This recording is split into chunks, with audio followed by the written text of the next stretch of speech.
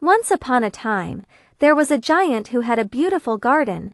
This garden was the most magnificent place one could ever see. It had lush green grass, vibrant flowers that spread sweet fragrances, and tall trees with branches that provided cool shade.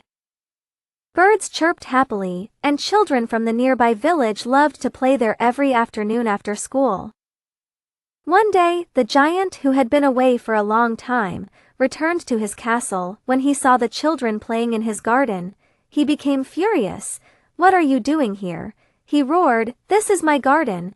No one is allowed here except me." The children, scared of the giant's anger, ran away. The giant then built a huge wall around his garden and put up a sign that read, "Trespassers will be punished." The children were heartbroken. They had no other place as lovely as the giant's garden to play in. With sadness, they watched the high walls, longing for the days when they could run and laugh in the beautiful garden. With no children playing in it, the garden soon became lifeless. The birds stopped singing, and the trees refused to bloom. Without the joy of children, spring never arrived. Only winter stayed, covering the land with frost and snow. The north wind howled through the garden, and hailstones danced upon the grass. The giant waited for spring, but it never came. "Why is my garden still cold while everywhere else is warm and bright?" he wondered. One morning, the giant was woken up by a sweet sound outside. He peered through the window and was astonished to see that the trees had started blossoming again. The birds had returned, and flowers were blooming. Then he noticed something even more surprising. The children had somehow managed to sneak into his garden through a small hole in the wall.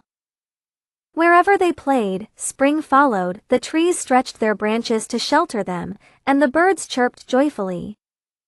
But in one corner of the garden, winter still remained. A small boy stood there, too tiny to climb a tree. Seeing this, the giant's heart melted. "How selfish I have been," he thought. He rushed outside and gently lifted the little boy onto a tree branch. Instantly, the tree bloomed and birds began to sing. The children were frightened at first, but the giant smiled warmly and said, "Dear children, this is your garden now. Play here whenever you like." The children cheered, and spring filled every corner of the garden. The giant knocked down the wall, allowing all the children to enter freely. From that day on, the giant played with them, sharing in their happiness. Many years passed, and the giant grew old and weak. One day, he saw the same little boy whom he had once helped, standing in the corner of the garden.